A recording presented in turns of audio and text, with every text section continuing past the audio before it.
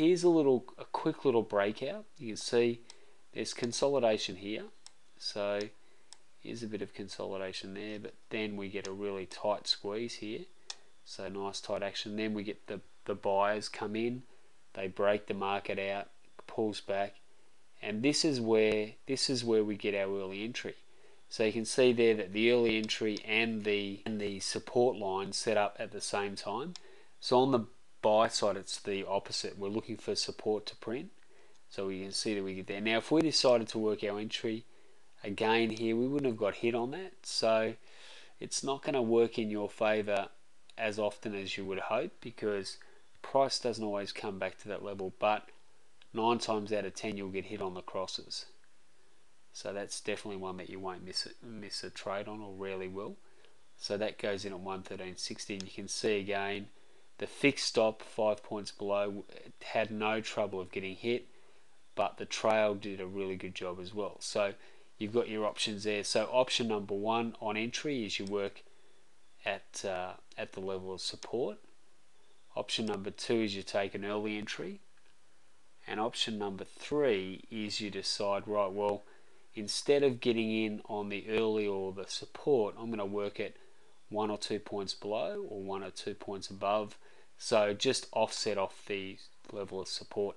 So really with the pullback trade, all you're doing is, once the trend develops, if you think about the methodology behind it, all we're looking to do is once we see confirmed trend, we're looking to get in on that trend with as little risk as possible. So it's the least amount of risk trade that we've got in our arsenal. So if we look at reward to risk and percentage win rate, it probably tops the category for both. So you'll find that it does really, really well. And it's actually a very, very good combination with what we call our counter trend trade. So I'll show you that in a second as well. So what I'll do is I'll bring that up here, because this is a good example of how these two offset each other.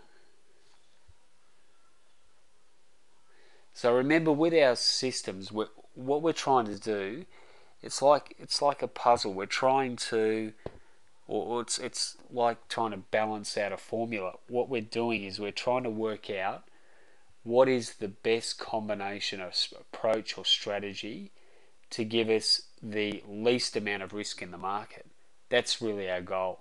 Our goal really isn't to have one system that has a very high win rate. Our goal is to have a combination of strategies that give us very, very low risk and high potential profit or net profit. So that's our goal, and we're going to get to the crude charts in a minute. You can see it's just flying around here, so it'll be good to jump in and have a look. May have to knock that up to an 89 tick as well. So we've got about 20 minutes before the market opens, so I'm going to continue on here. Any questions before we keep going with the pullback strategy?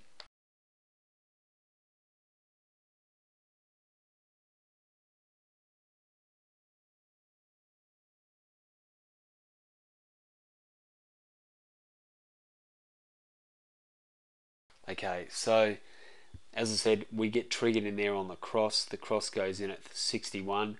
Nice easy cruise up to that target there. So the target gets hit at 99, and that really is. You'll see on some of the examples I show, you'll see price charges through that level, and we're not really worried about that, because if we're in this trade anyway, if we were trading the trend trader plus the pullback, you would be long from back here at 113.54, and probably still in this trade if it's gone through that level. And you've just taken, all you've done on that second position is just locked in a bit of profit.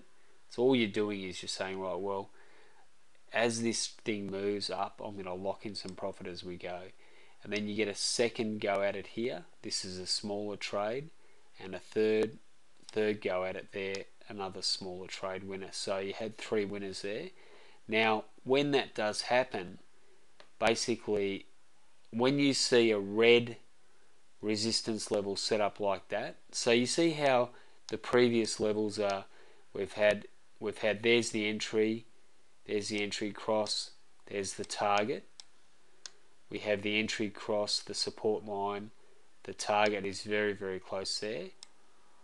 The entry, support, and when it comes up as a red resistance level, that tells you that basically that is the end of that move. That's a heads up to say resistance is really, really strong here. It may be time to definitely scale out of these trades and take profit. And you can see there that that is pretty much the end of that move, and then it tapers away dramatically. So as I mentioned before, there are 3 options to get in. Our target is clearly the larger green dots. Our options are taking the trade off support, buying off support, buying off the cross, or taking a trade either above or below resistance support, on the buy side. They're our options to get in. Our stop option is a fixed stop or a trailing stop based on our dots, and it's really up to you once you get the strategy. So once you get one of these strategies, you need to decide what with your testing. Once you do your testing, and then you do your live trading testing. So the key is do your strategy back testing to determine what your most profitable time of the day and time frame is, and then once you've got that better down, then it's time to forward test it and watch the automation work in real time to make sure it's doing it as it should. And then once you're happy with that, then obviously you can start your trading. But